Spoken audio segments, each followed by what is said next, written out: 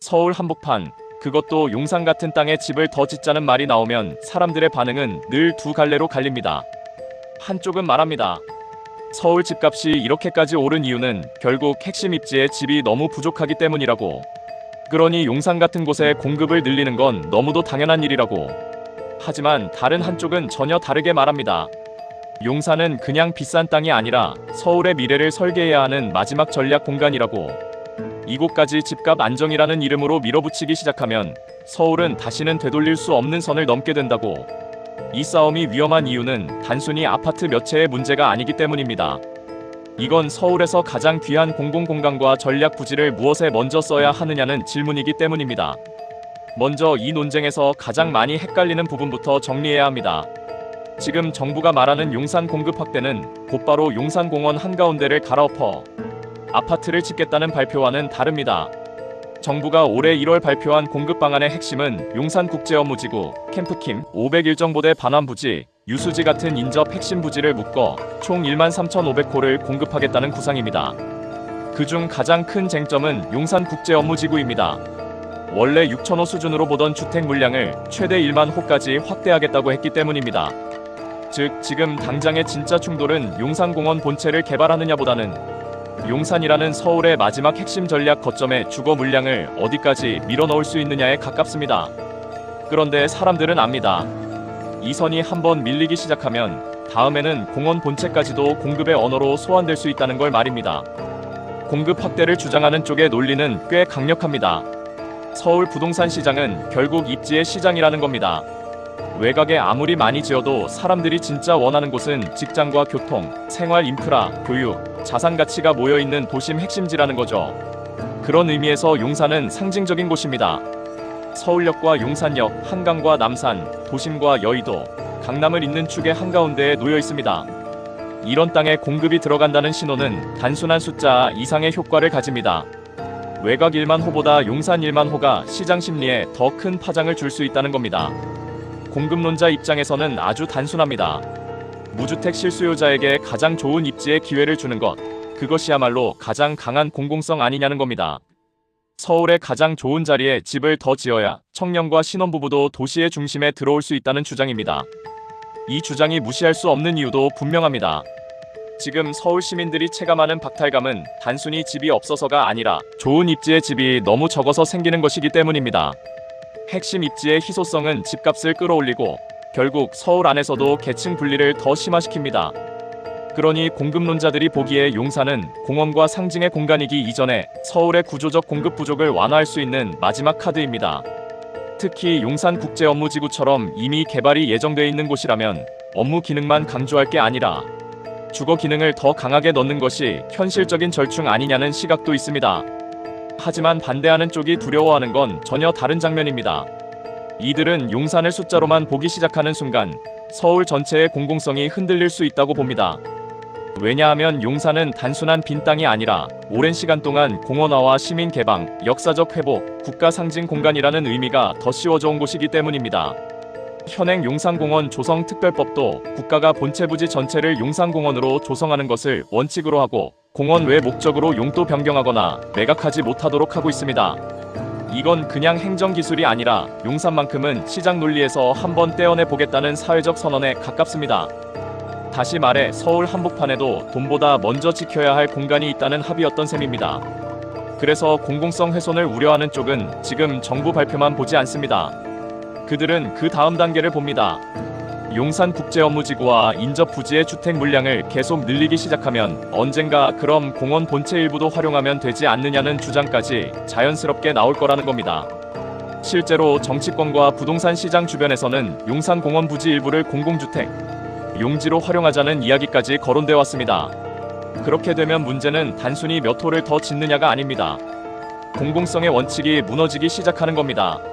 오늘은 공원 20%, 내일은 일부 부지, 그 다음은 공원과 연계 개발. 이런 식으로 경계가 무너지면 공공성은 더 이상 원칙이 아니라 협상의 대상이 돼버립니다. 공원을 지키자는 쪽이 민감할 수밖에 없는 이유가 바로 여기에 있습니다.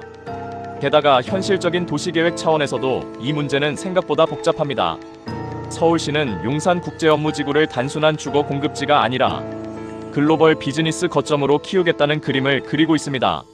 실제 개발 계획을 보면 국제 업무, 업무 복합, 업무 지원 기능이 결합된 고밀 복합 도시를 상정하고 있고 도로와 공원 같은 기반 시설 비율도 40% 넘게 잡혀 있습니다.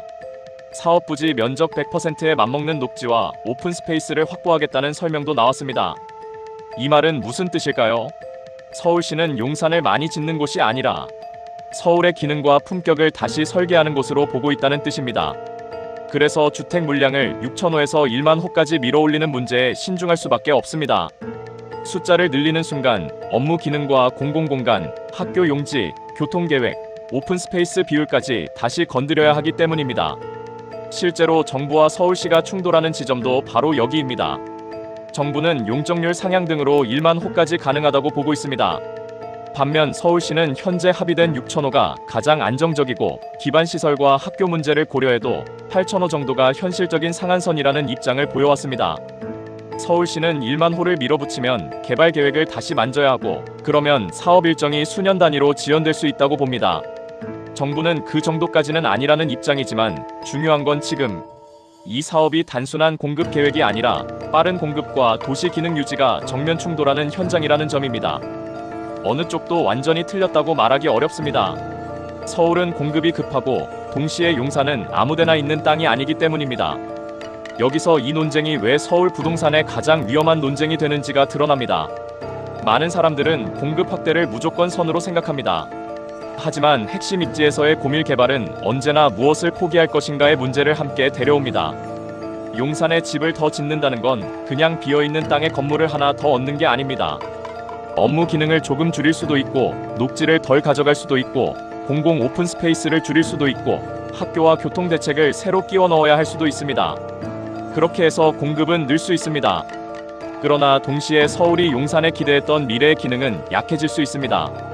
반대로 공공성과 전략 기능을 지키자고 하면 지금 당장의 공급 압박과 집값 불안은 더 커질 수 있습니다. 바로 그래서 이 싸움은 쉬운 답이 없습니다. 저는 이 문제를 찬반 구도로만 보면 안 된다고 봅니다. 용산에 더 지어야 한다도 맞는 말일 수 있고 용산은 함부로 건드리면 안 된다도 맞는 말일 수 있습니다. 진짜 중요한 건 선을 어디에 긋느냐입니다. 이미 개발 예정이었던 국제업무지구와 반환부지 안에서 주거 비중을 일부 확대하는 것과 용산공원 본체를 주택 공급 대상으로 재해석하는 것은 전혀 다른 문제입니다. 이 둘을 섞어버리면 논쟁은 순식간에 왜곡됩니다. 일부는 전략적 공급지일 수 있고 일부는 반드시 비개발 원칙을 지켜야 할 공간일 수 있습니다. 이 경계를 흐리면 공급도 공공성도 둘 다 잃게 됩니다. 결국 이 논쟁의 핵심은 집이냐 공원이냐의 이분법이 아닙니다. 서울에서 가장 귀한 공공부지를 어떤 철학으로 배분할 것이냐의 문제입니다. 무주택 실수요자에게 핵심 입지의 기회를 넓히는 것도 분명 공공성입니다.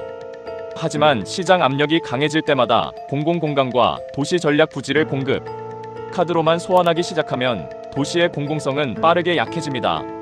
오늘은 용산이지만 내일은 또 다른 공공녹지일 수도 있고 또 다른 전략 부지일 수도 있습니다. 그래서 용산 논쟁은 위험합니다.